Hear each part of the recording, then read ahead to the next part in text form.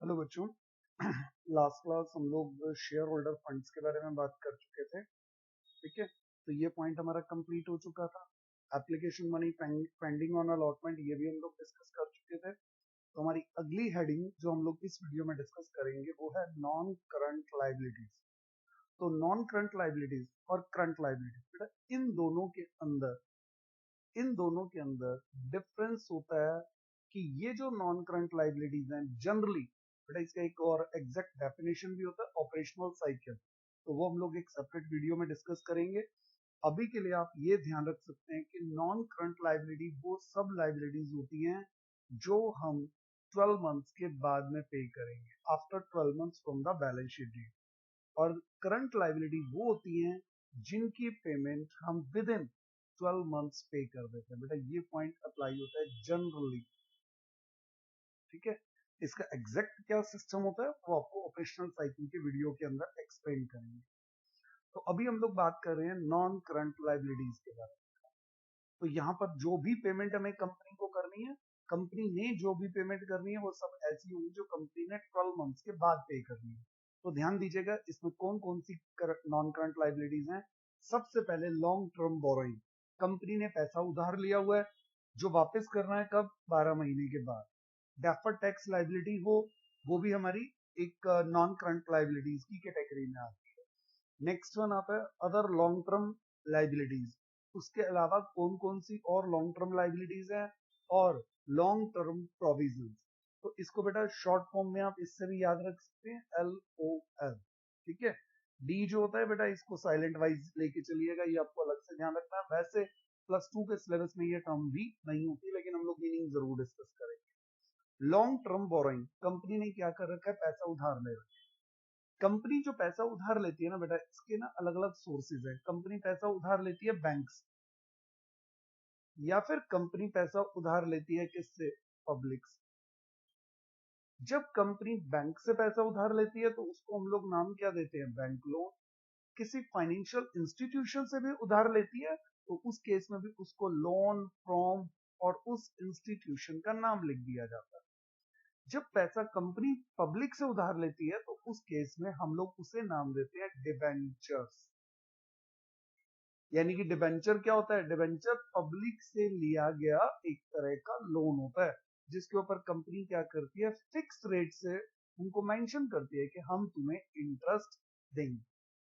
और third number पे हम लोग इसके अंदर एक और चीज कंसिडर करते हैं जिसे हम लोग नाम देते हैं पब्लिक डिपॉजिट्स।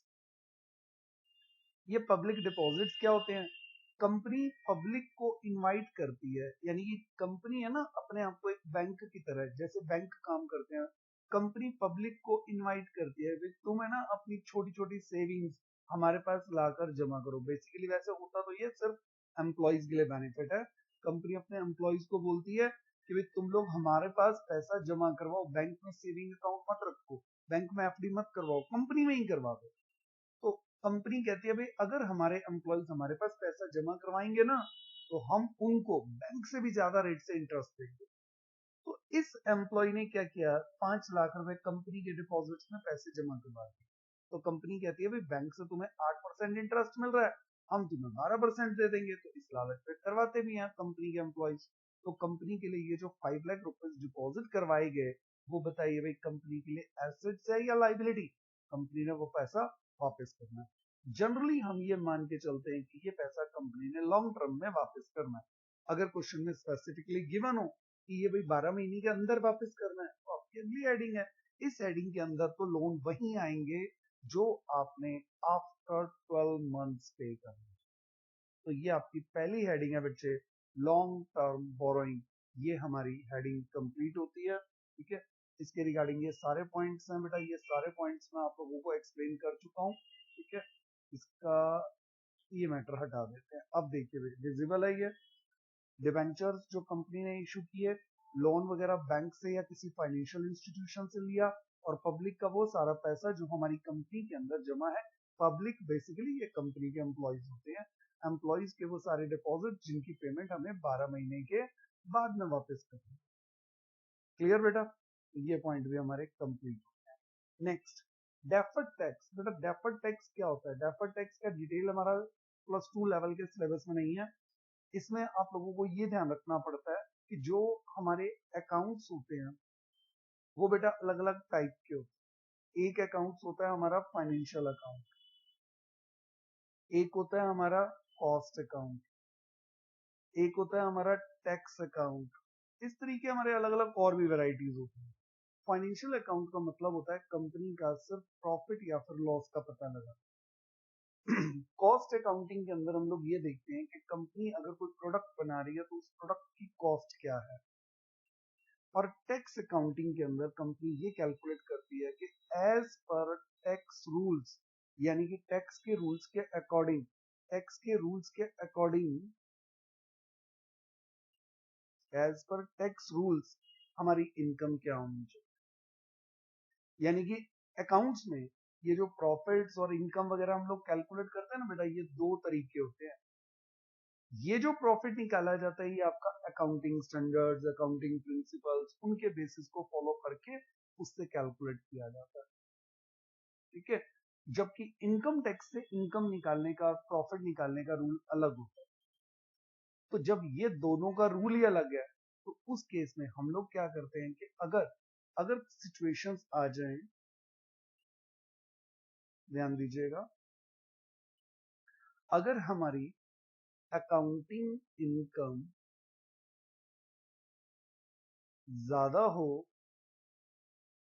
और हमारी टैक्स अकाउंटिंग से कैलकुलेट की हुई इनकम, टैक्स अकाउंटिंग से कैलकुलेट की गई इनकम वो कम हो, ये हमारी फाइनेंशियल अकाउंटिंग वाली इनकम है और ये हमारी टैक्स अकाउंटिंग वाली इनकम है।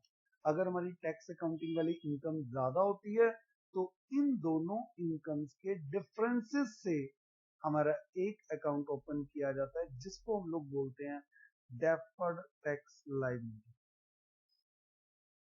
और अगर ये रिवर्स हो जाए, मान लो थोड़ी देर के लिए हमारी टैक्स अकाउंटिंग इनकम ज्यादा हो और हमारी फाइनेंशियल अकाउंटिंग वाली इनकम जो होती है वो कम हो, यानी कि ये सिंबल हो, जिस तरफ ये सिंबल छोटा होता है बेटा इसका मतलब ये वाली वैल्यू लोअर हो जाती है और जो दूसरे वाली वैल्यू है वो क्या होगी, वो हायर हो जाए।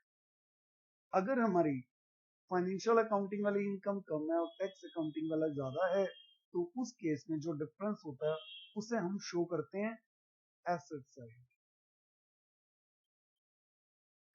तो डेफर्ड टैक्स जो होता है बेटा ये दो तरफ होता है। अगर डेफर्ड टैक्स लायबिलिटी होता है तो ये लायबिलिटी साइड में कब होगा, लायबिलिटी साइड जब हमारी अकाउंटिंग इनकम ज्यादा होगी और टैक्स इनकम कम होगी। और अगर हमारी अकाउंटिंग इनकम कम है और टैक्स इनकम ज्यादा है तो उस केस में ये जो डेफर्ड टैक्स है डिफरेंस को हम एसेट साइड के अंदर शो करते हैं। क्लियर। नेक्स्ट अगला पॉइंट है अदर लॉन्ग टर्म लायबिलिटी। बेटा इसमें कुछ सिलेक्टेड टर्म्स ही हैं। Premium on redemption of debenture and preference share. ये होता है क्या है बेटा, प्रीमियम, प्रीमियम का मतलब होता है एक्स्ट्रा मनी, रिडम्पशन का मतलब होता है पैसा वापस करना।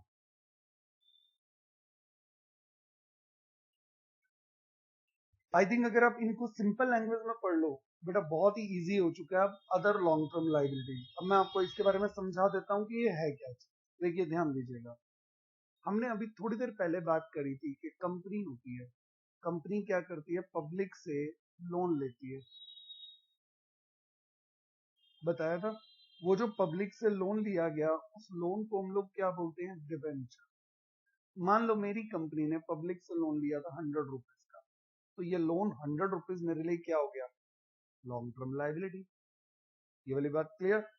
अब कंपनी ये कहती है कि भाई जब हम तुम्हें ये पैसा वापस देंगे, अब कंपनी अगले दिन पैसा वापस नहीं करती, कंपनी कहती है ये पैसा 1 साल, 2 साल, 3 साल, 4 साल, 5 साल, 5 साल के बाद वापस करेंगे मान लीजिए।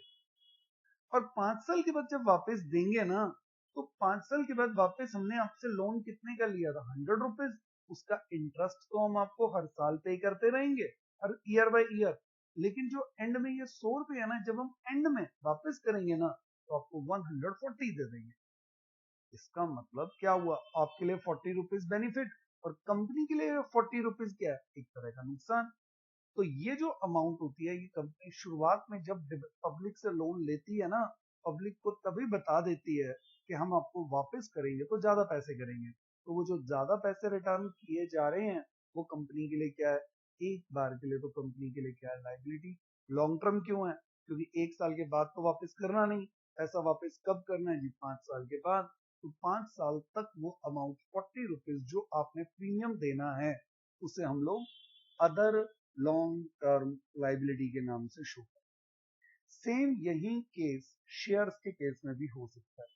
कंपनी अपने शेयर होल्डर्स को ये बोलती है कि 100 रुपीज हमें अभी दो, जब हम आपको पैसा वापस देंगे आफ्टर 10 ईयर 20 ईयर्स, जितना भी टाइम पीरियड होगा, जब हम आपको पैसा वापस देंगे तो हम आपको 100 की जगह 120 दे देंगे। तो वो जो 20 रुपीज एक्स्ट्रा दे रही है ना company, that is called premium on redemption. और ये हमारे लिए क्या चीज है, अदर लॉन्ग टर्म लाइबिलिटी। तो ये हमारा पॉइंट है बच्चे इस वर्क से, ठीक है। इसके बाद अगर हम लोग देखें तो हमारा अगला एक और पॉइंट आता है, इसे हम लोग और कंप्लीट करेंगे, लॉन्ग टर्म प्रोविजन। इसके पॉइंट्स भी बेटा मोस्टली आप लोग डिस्कस कर ही चुके हो।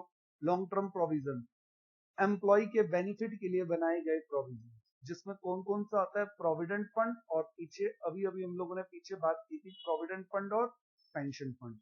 प्रोविडेंट फंड क्या होता है, पेंशन फंड क्या होता है, जब कोई पर्सन कंपनी के अंदर जॉब करता है तो कंपनी उसकी सैलरी का कुछ पोर्शन अपने पास रख लेती है। जितना पैसा एम्प्लॉय की सैलरी में से अपने पास रखती है उतने पैसे अपनी तरफ से भी मिला देती है। तो ये जो पैसा होता है ना, ये हर महीने कंपनी की तरफ से और एम्प्लॉय की तरफ से उसके अकाउंट में जमा होता रहता है, होता रहता है, होता रहता है। तो ये जो पैसा होता है ये कंपनी ने क्या करना है, एम्प्लॉय को वापस करना है ना, क्योंकि ये पैसा हमारा तो है नहीं, वापस करना है ये पैसा।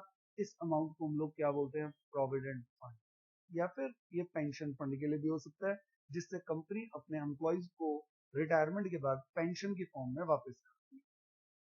तो इनमें से किसी के लिए भी कोई भी अमाउंट है, ये बेटा आपने पिछले अपने वीडियोस में भी पढ़ा होगा कि रिजर्व एंड सरप्लस में सारे के सारे रिजर्व्स और सारे के सारे फंड्स वहां शो किए जाते हैं, लेकिन प्रोविडेंट फंड और पेंशन फंड को वहां शो नहीं करते। क्यों नहीं करते, क्योंकि ये दोनों लाइबिलिटीज होती हैं, ये हमने अपने वर्कर्स को पैसा वापस करना होता है जब उनकी रिटायरमेंट आएगी। तो रिटायरमेंट कब आएगी, कल तो आएगी नहीं, तो ये रिटायरमेंट क्या है, 12 महीने के बाद है, जनरली हम ये मान के चलते, जनरली बोल रहा हूँ बेटा। तो उस केस में हम इसको प्रोविडेंट फंड के प्रोविजंस को कहाँ शो करते हैं, लॉन्ग टर्म लाइबिलिटीज या फिर नॉन करंट लाइबिलिटीज, ठीक है। उस हेडिंग के में किस में आएगा, ये long term provision. Provision for warranty, warranty क्या होती है भाई, कंपनी कहती है भाई हमने एक प्रोडक्ट बेचा, उस प्रोडक्ट के ऊपर कंपनी कहती है भाई हम लोग क्या कर रहे हैं भाई, आपको 10 साल की वारंटी दे रहे हैं। जैसे एक रेफ्रिजरेटर वगैरह आप परचेज करते हो, कंपनी क्या करती है, कंप्रेसर के ऊपर आपको वारंटी दे देती है 10 ईयर्स की। तो 10 ईयर्स की वो जो वारंटी दी जाती है ना बेटा, वो फ्री में नहीं होती। जब आप रेफ्रिजरेटर खरीदते हो ना, हर रेफ्रिजरेटर के अंदर 400-500 रुपए उस वारंटी के नाम के होते हैं। तो वो 500 रुपए जो कंपनी ने इकट्ठे कर लिए हर रेफ्रिजरेटर पर, 1000 रेफ्रिजरेटर बिक गए, तो इसका मतलब अमाउंट तो बड़ा हो गया ये। तो इतना सारा वो जो अमाउंट होता है उसमें से कुछ कंप्रेसर तो होते हैं अभी जो खराब हो जाते हैं, तो कंपनी को वो पैसा वहां से यूटिलाइज भी करना पड़ता है। तो वो पैसा यूटिलाइज कैसे होता है बेटा, ये हमारा टर्म नहीं है अभी। अभी के लिए हमारे पास ये टर्म है कि कंपनी ने वारंटी के नाम पर पैसे इकट्ठे किए, कितने, 5 लाख। तो वो जो 5 लाख रुपए वो कंपनी के लिए क्या है, एक तरह की लाइबिलिटी है, जो कि उसको इन फ्यूचर उन कंप्रेशर्स की वारंटी के ऊपर खर्च करना पड़ सकता है। तब तक जब तक वो खर्च नहीं होता वो कहां शो होगा, लॉन्ग टर्म प्रोविजन। तो होप सो बच्चे ये सारे के सारे पॉइंट्स आप लोगों को क्लियर हैं। लॉन्ग टर्म बोरोइंग के बारे में हम लोगों ने बताया कि इसमें डिवेंचर आता है, पब्लिक डिपॉजिट्स आता है, बैंक्स वगैरह के लोन आते हैं, डेफर्ड टैक्स होता है, जब हमारी अकाउंटिंग इनकम ज्यादा होती है तब लाइबिलिटी में होता है, और अगर हमारी अकाउंटिंग इनकम कम हो जाए तो उस केस में एसेट्स में भी मिलेगा आपको। Long term liability premium on redemption वगैरह लेते हैं, रिडम्पशन का मतलब होता है पैसा वापस करना। और लॉन्ग टर्म प्रोविजंस जो हमने ऊपर रिजर्व एंड सरप्लस में मना किए थे कि फंड्स वहां इंक्लूड नहीं होते, तो वो फंड्स कहां पर हैं भाई, वो हमारे प्रोविजंस की कैटेगरी के अंदर हैं, लॉन्ग टर्म प्रोविजन।